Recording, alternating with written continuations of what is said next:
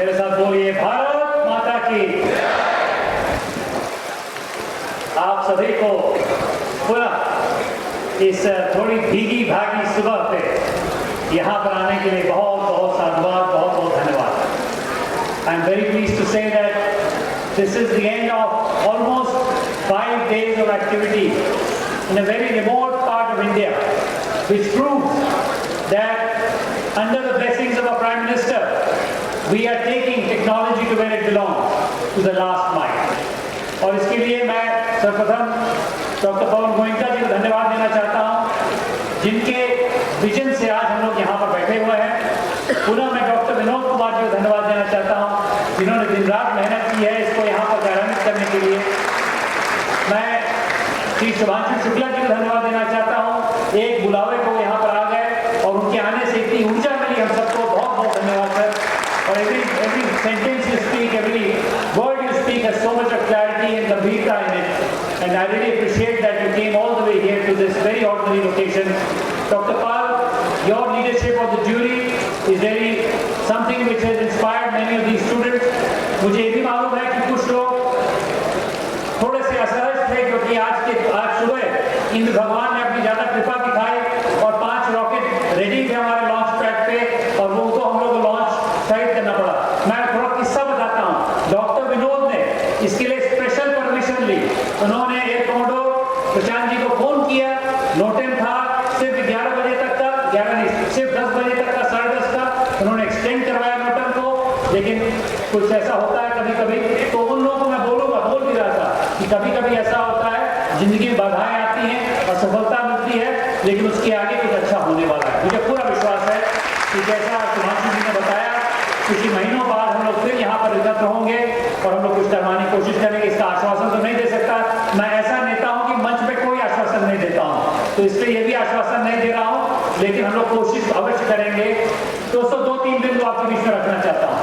Firstly, it is a big relief to me, to doctor Goenka, to doctor Vinod Kumar and now our cohabitate Shubhanshu ji and Pal sir, कि इतना बड़ा कार्यक्रम हम लोग सफल। जब जामन ने ललकारा हनुमान को कि आप में सब शक्ति है, आप में सब चीजें आपको पवन दूत हैं, आप में बुद्धि है, विवेक है, विज्ञान है, तब आप क्यों चुप हैं?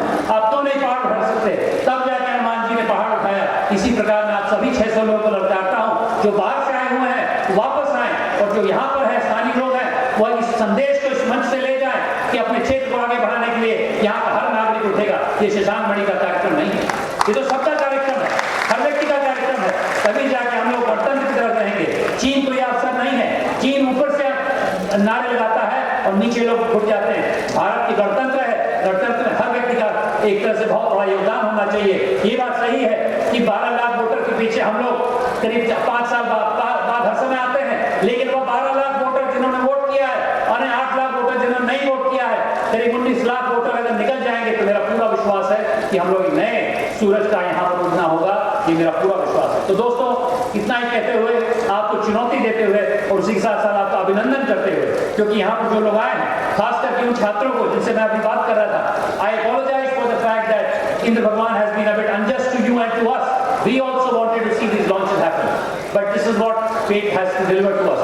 But I think we should celebrate, as Subhanshu ji said, we should celebrate that all of you have come here to this remote corner of the Uttar Pradesh and Bihar to do something which I don't think has ever happened in the history of this country. This is a historic event, and I salute you for coming here, and thank you very much.